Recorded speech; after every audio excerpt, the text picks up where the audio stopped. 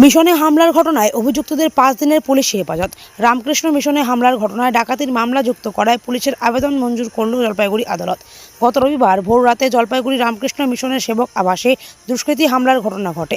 30 থেকে 35 জন দুষ্কৃতী সশস্ত্র অবস্থায় হামলা চালায় এবং নিরাপত্তার দায়িত্বে থাকা কর্মীদের অপহরণ করে নিয়ে যায় বলে অভিযোগ।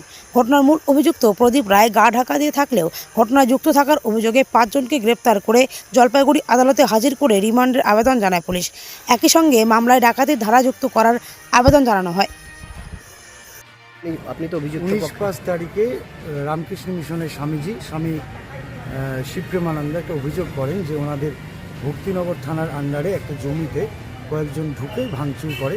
সেই ভিত্তিতে পুলিশ 5 জনকে নিয়ে আসে এবং পুলিশ ডাকাতির অভিযোগও নিয়ে আসে। আগে চুরির অভিযোগ ছিল, 395-এর পেয়ার দেয় এবং 7 দিনের জায়গায় আজকে 5 দিনের পিছিয়ে হলো। আবার 27 তারিখে ওদের প্রোডাকশন হবে। তা আপনারা কি জামিনের আবেদন করছেন? জামিনের আবেদন আমরা করছিলাম, জামিনের আবেদন খারিজ হয়ে যায়। 27 তারিখে আবার ডেট করলে ওদের প্রোডাকশন হবে। তো ফার্দার কি মুভমেন্ট হবে? দেখি আবার জামিনের আবেদন করবো আমরা। আর নাম আর পরিচয় কেন? শান্তনু ভৌমিক, জলপাইগুড়ি এয়ারপোর্ট, নবদ্বীপ। ধন্যবাদ।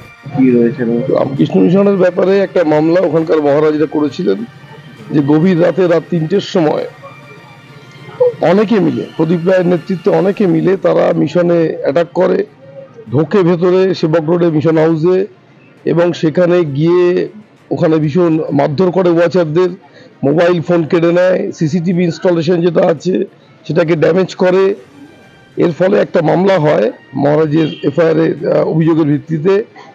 সেই মামলাতে আজকে পুলিশ ডাকাতির অভিযোগ ধারা যোগ করার প্রার্থনা জানিয়েছিল এবং সেটা মঞ্জুর হয়েছে।